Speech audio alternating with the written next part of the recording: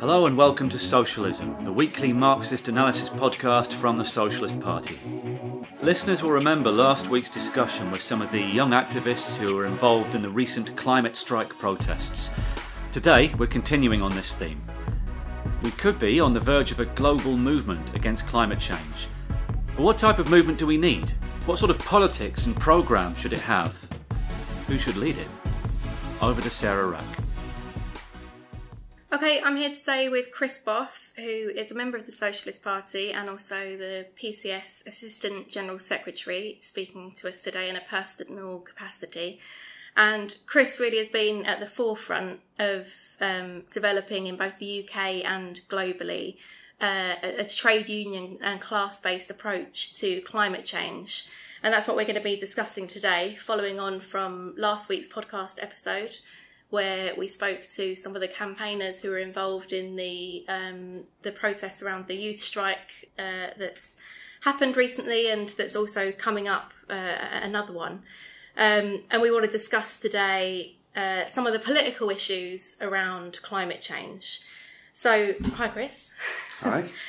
So to start off with, why do you think that climate change is something that socialists should care about at all and should strive to develop a socialist programme around?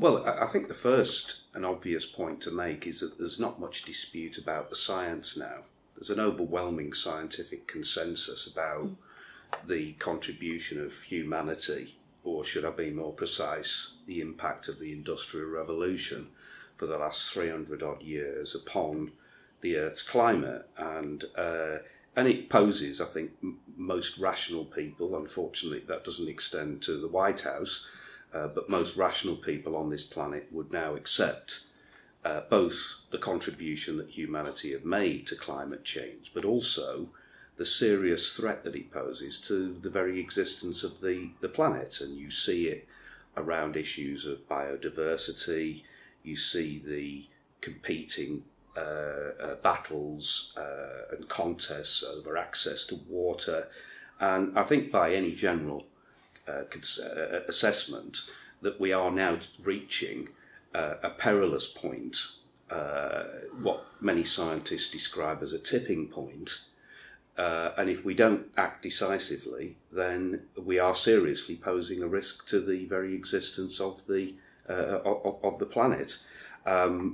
Now, we're seeing various battles over resources. You see the increasing raging arguments over the attempts to apply ever more extreme extractive methods to get coal or gas or oil out of the ground.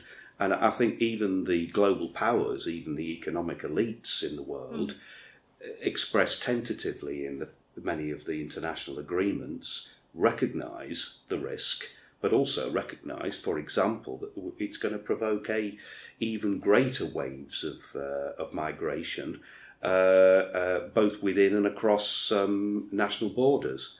And I'd say the other reason why it's of particular significance for socialists, I mean, obviously this is of significance for everybody who inhabits planet Earth, but from a socialist perspective, it's important to recognise that the impact of climate change, manifesting itself in often extreme weather conditions, raging forest fires, the floods that we see across the world, of course, it is the working classes that bear the brunt of this.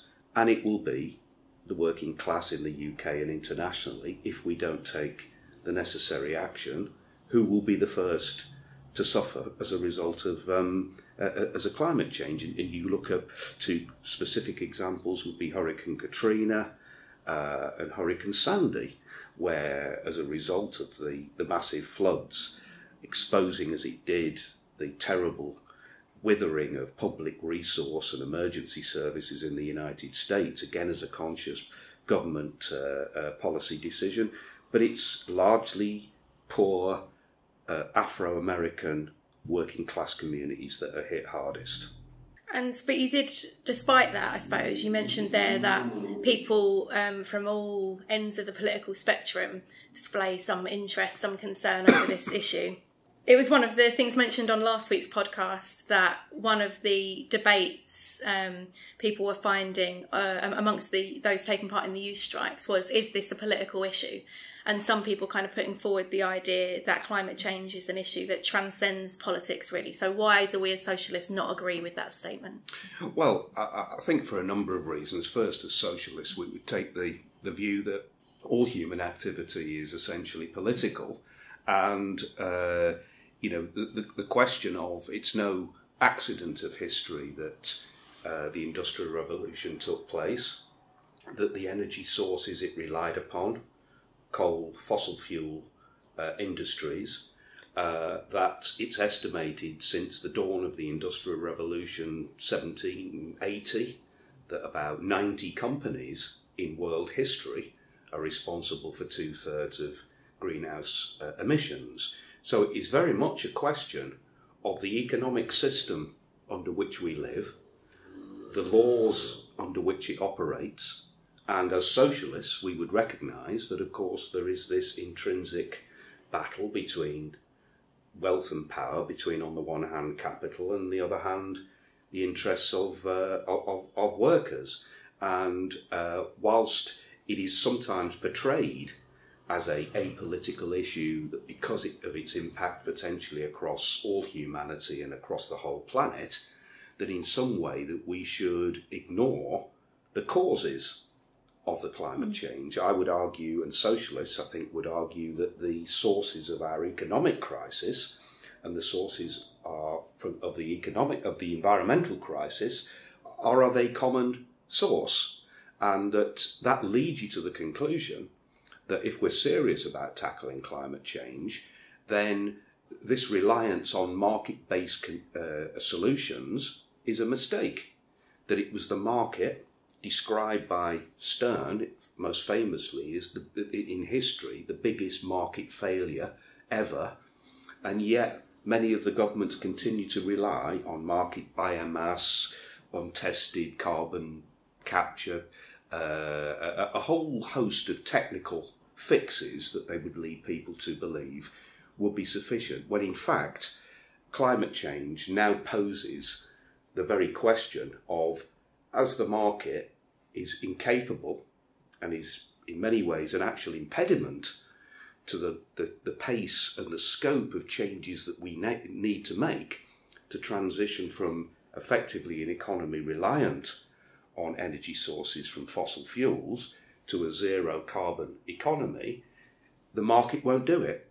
And the fossil fuel companies who continue to dominate international markets, I think about 4 out of the top 10 companies in the world today, of course, that are major investors in fossil fuels. So as socialists, we're not just talking about the need to transform society, to create to cater for the interests of the many and not the few, to coin a phrase, but we're now talking about a transformation, a social and economic transformation that's necessary to save the very planet itself.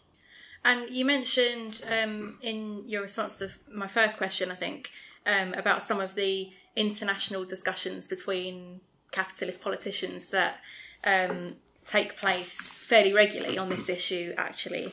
And, in particular, comes to mind is the ones that led to the Paris Agreement, for example. Have those discussions got us anywhere? Well, the 2015 climate agreement at least recognised that climate change represents an urgent and potentially irreversible threat requiring deep reductions in global emissions if we're going to try and keep the Earth's average temperature below 1.5 to 2 degrees Celsius. And for the first time, an international agreement sort of reached a global consensus. So I would say in a world of alternative facts, that's a sort of step forward. But the Paris Agreement was deeply flawed. It's not binding on governments. Major polluting industries like aviation and shipping are actually not included. And most serious scientific opinion anticipates that the global temperature isn't going to keep between 1.5 to 2 degrees Celsius. In fact, it could be 3, 4, even higher, 4 degrees higher than the Paris Agreement has indicated, which has potentially catastrophic impact. So I suppose what I'm saying is that in one way it was a step forward in the sense that it represented a global consensus, but there's no mechanism in place to enforce it. And one of the most, I think, chilling facts is that right from the point in the early 90s where governments first recognised the importance of meeting and discussing from an international perspective action around climate change, global emissions have actually increased. Mm. And it's interesting to note that in what we call the neoliberal, so-called free market deregulated capitalist model from the Reagan-Thatcher years onwards, that coincided with the most rapid increase in global emissions as the economic elites, particularly in the financial sector, gorged themselves over a 20, 30 odd period, many capitalist companies recording record profit yields. That coincided with one of the most rapid increases in the polluting greenhouse gases that we pump out into the world over that very same period. So, I suppose, if we were holding those international meetings, what would we be putting forward? What type of measures is it that could make a real difference on this issue? Well, I think that PCS, as a trade union, albeit in the public sector where we have members that are involved in regulation, we, amongst a growing number of unions, are saying that the trade union movement should bring pressure to bear and develop a common agenda that workplaces are responsible for about 60% of emissions. And it follows logically that unions that build its strength from the workplace, or should build their strength from the workplace up, obviously have a major role in holding the employer to account. So it's a natural extension of many ways of its health and safety role, where you're looking after the interests of the health and safety of the workers, but unions have also got a proud tradition of taking action around opposing, sort of environmental degradation. It's no coincidence that unions developed early and became often very strong in fossil fuel industries like coal, gas, etc. All of that highlights, I think, historically, and as a reminder to the trade union movement about how central it needs to be in shaping an alternative. Now, I think there's lots of practical things to do. I think one of the difficulties about the debate is that it's often presented as if it's a matter of lifestyle and that we're all held individually responsible for our own contributions. Of course, we're as responsible human beings, we all should take account of the consequences of our actions. But what I'm saying here is that as socialists and trade unionists, it's collective action that's required. So it is about, from a UK and global perspective, it's about bringing energy back under public ownership, of running it not as a top-down bureaucratic model, but energy run as a democratic form of public ownership that forms part of a plan, as socialists would say, but not imposed. A plan that is very much the product of local democracy, of municipal socialism, of an integration of the production and the distribution of energy sources. And the technology is there. People say, well, it's too complicated. The problem with renewables is you're too contingent on weather conditions. Whereas the technology, the intermittency as it's called, and often cited as an insurmountable problem, could easily be overcome if you look at the technology that's available. So it does need to form part of a democratic plan, but fundamentally run on a democratic basis in the public interest. And I think that's why PCS is involved in an organisation called Trade Unions for Energy Democracy, which is a sort of trade union socialist think tank that produces a lot of very important material, well worth reading, looking at these questions, often seemingly complex questions, but from a trade union and workers' perspective. And it's why PCS was involved with a number of other unions and academics in the climate jobs, the 1 million climate jobs initiative, where, whilst it doesn't have all the answers, and it is largely a series of radical reforms, rather than pointing to the fundamental social and economic transformation that I, as a socialist, and I think socialists would advocate, nevertheless it showed by a number of fairly radical reforms it's entirely possible to create 1 million climate jobs in energy efficiency, the insulation of homes, the retrofitting of new heating systems, insulation of public and private housing, particularly if we're going to move towards a mass house building programme, a clean integrated transport system, and of course, as I've said, bringing energy back under public ownership, and most fundamentally investment in the clean, renewable, alternative forms of energy. And if anybody really wanted a good example of the madness of what is happening in British society in respect of the market and climate change, I'd cite my old town, Blackpool, where licence was given to Quadrilla to produce shale gas, fracking as it's known.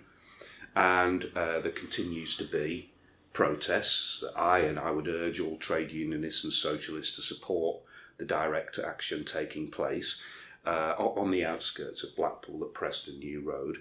And here they are, ripping up the countryside, or potentially, although there's the number of earthquakes has actually caused a significant halt on production and the means of extracting. But my point is that instead of ripping up the countryside and putting the public health at risk and the risk of polluting the land, you've only got to look on the coast and see that the Fylde coast and the Irish Sea is rich in wind and wave power. And this poses again, it's a choice. And that instead of fracking, there is huge social and economic potential in investing in renewables by investing in offshore wind technology, of applying the wave technology that is already available, even if there's a case of piloting some of the methods available. Nevertheless, that already poses a serious alternative, and that's why PCS has been working with the bakers and a number of other campaigners to develop the Climate Jobs Initiative more from a localised perspective, to say that we don't need fracking, we don't want fracking because of all the risks associated, but we're talking about Blackpool and Fleetwood, some of the most deprived towns in the UK. Instead of relying on fracking and the inflated claims of additional jobs, you could invest through public investment in renewables. There is a completely alternative strategy that will assist the climate and address the growing social and economic problems in an area like Blackpool. And I think that gives a good, quite concrete example of what can be done. Definitely. And so I suppose my next question is, why is it not being done? You know, you listed a number of things there on alternative energies where the technologies already exist, on transport, on construction, housing, all these different things that could be done relatively easily. So why are those measures unacceptable, really, to capitalist politicians? Well, there is a very good speech by Sharma Savant in the context of the first global climate march that took place in 2015. And she shares a platform with Bernie Sanders and with Naomi Klein.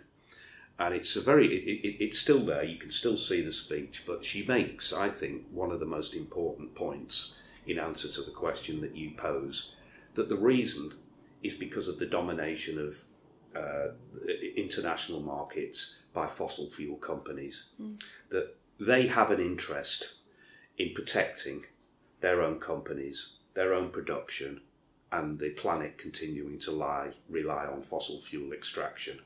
And they have no interest from a economic or commercial perspective in running down production and thereby risking the profits that these companies make.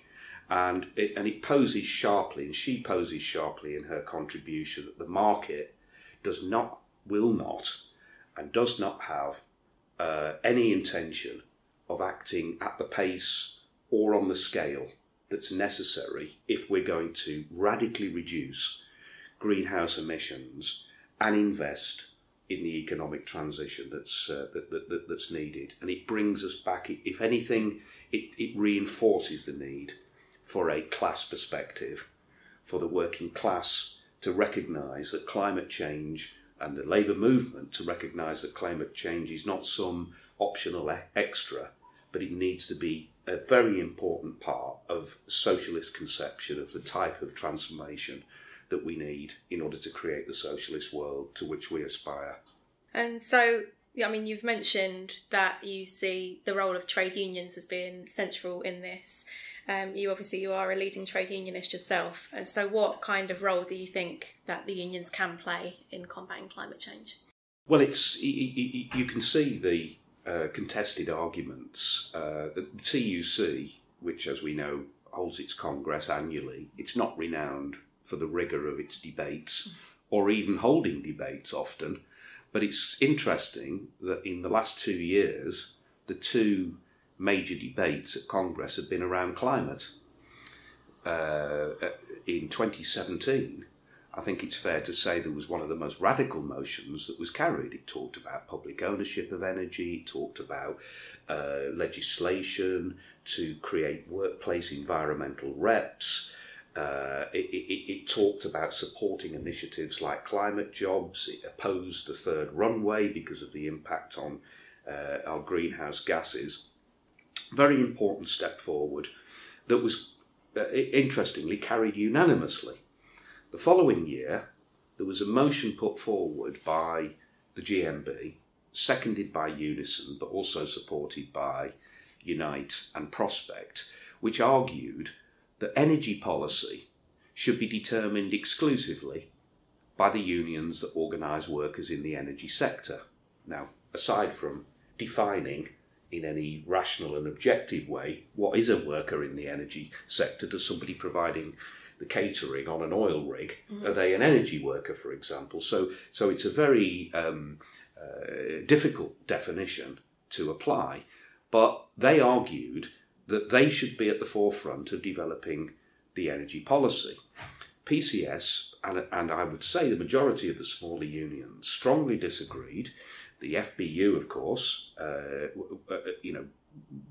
from a UK perspective, as a result of having to intervene in extreme weather conditions, the FBU, almost above any other union, has recognised the importance of the industrial work of a union is aligned to climate.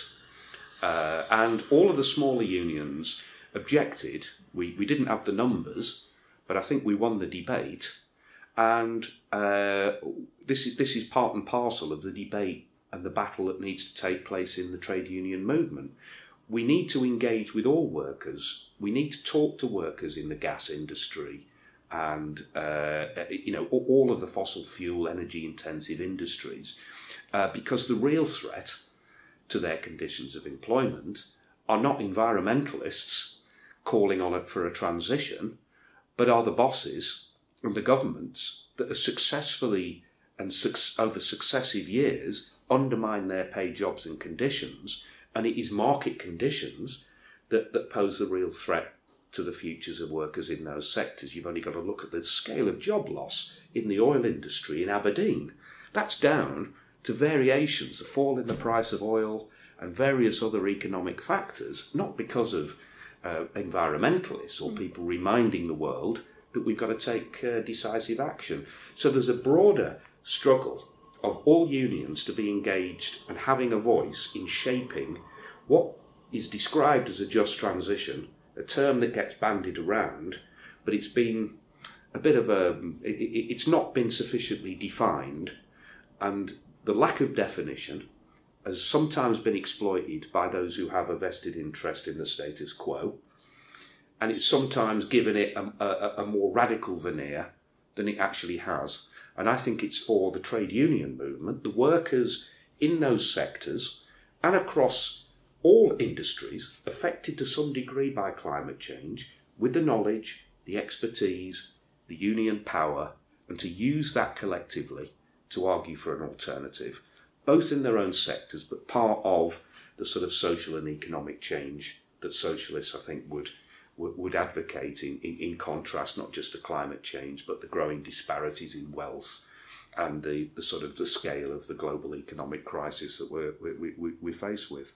And I suppose we're seeing at the moment, I think, an increased appetite in fighting for that type of change and anger on climate change and all the related issues. And I suppose I'm interested in your thoughts on some of these latest developments, the youth strikes and so on. Do you think that this could be the beginning of the type of movement that we need to see? Well, I certainly hope so. And I think that, there are moments in history, aren't there, where the young arrive at a particular conclusion and ask themselves the question, what sort of world have the older generations bestowed upon us? And I think any young person that asks themselves that question is not going to be happy about the world that's been bestowed upon them. And you apply from a working class perspective, you can spend years acquiring qualifications, but what are the nature of employment opportunities? You can see in almost every index that the condition of young people and their prospects for the future are less than previous generations. And I think that attitude manifests itself magnificently. I mean, I think it's one of the most inspiring things that I've seen for a long time. And I think you can already see how it's spread. First of all, I mean, this is not just a UK perspective. It has its origins, as we know, in a number of other countries right across the world. It's a growing influence. It's attracting growing support from young people. But what I also like about it is it then forces a proper debate. So it forces the school authorities to respond, well, what view do we take of such a marvellous, noble piece of action? Are we going to try and deter it? We're going to fall into the camp of Theresa May, saying, you're missing out on important lessons, you shouldn't be doing it. Or as appears to be the case, the head teachers, I think it's quite significant that the head teachers took quite a supportive view, not perhaps expressed in every school, but I think the formal position of the head teachers union, and you're beginning to see now debates within the teaching unions and amongst teachers. There's the latest call is to say the whole question of climate change should be integrated into the curriculum far more than it is. There should be a far more of an open discussion about the scale of the problem that humanity is confronted with and the importance of people discussing what action is required. But we know that if the world and improvements in the quality of life for the working class was simply dependent on someone having a good idea and somebody thinking that logic and reason should determine the outcome, of course it would make struggle far less of a struggle unless it's backed up by action and by young people coming out in this way. I think they're setting an example not just to other young workers in Britain, but I think they're giving an example to everybody in the UK about what is needed, not just for action on climate change, but to reverse the decline of working class prospects and living standards that we've suffered for really, for far too long. Absolutely. Well, thanks very much for joining us, Chris. Thanks very much. To join in building for the 15th March Global Youth Strikes for Climate, head to socialiststudents.org.uk. For lots of further reading and resources, including some of the ones Chris mentioned there, head to the episode notes at socialistparty.org.uk/podcast. And we want to hear from you. Send us your thoughts and ideas for future episodes, as well as sound clips of campaigning activity you think could be included, to socialismpodcast@socialistparty.org.uk. socialistparty.org.uk.